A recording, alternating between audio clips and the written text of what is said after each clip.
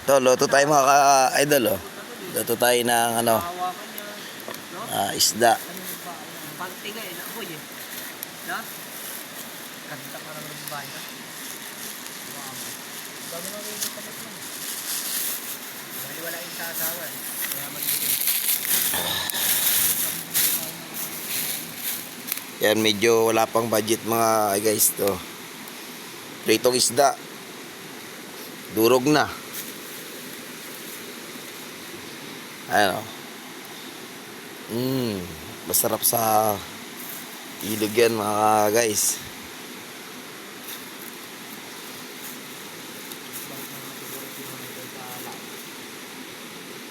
Ayan,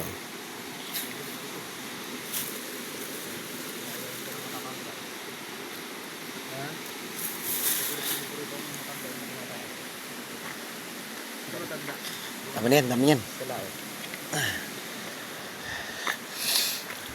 Tapos lagyan natin ng pangasim mga idol to. Katmon. Sarap yan pangasim.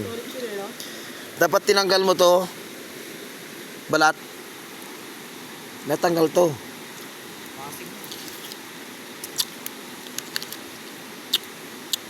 Walang dapat to. Ito ka mo. Walang dapat to. Ayan mga ka-idol, oh. Yan ang katmon, pangasim.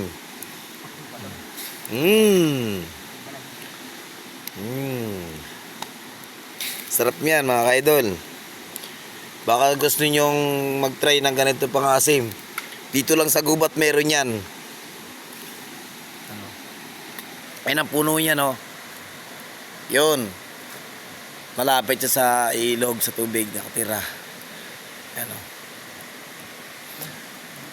Ang may-ari niyan, ng puno yung mga ka-idol, parang nuno sa punso yun, no. Si Katotoy yun, no, nakangiti.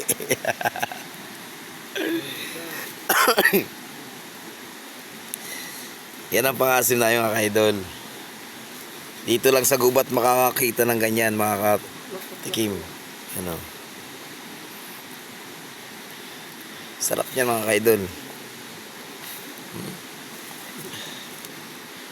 Tapos, dadagdagan natin ng konting tubig para masarap ang higop.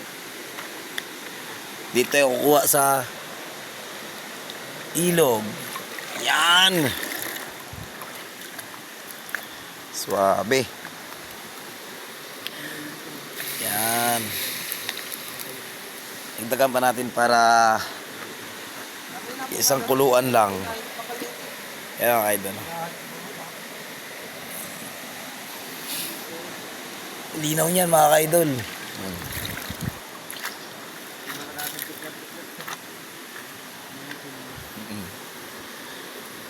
Walang ibang sahog yan mga ka-idol. Yan lang. Sibuyas, luya, sili, katmon, isda. Salmon yan mga idol. Piniritong salmon. Yan. Yan, diyan lahat. Yan. Okay. Para pagkakain kami mag-isimula na mga ka-idol. Yan.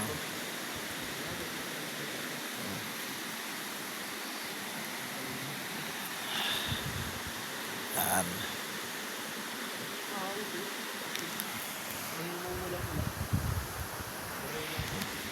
Sarap yan mga ka-idol mamaya.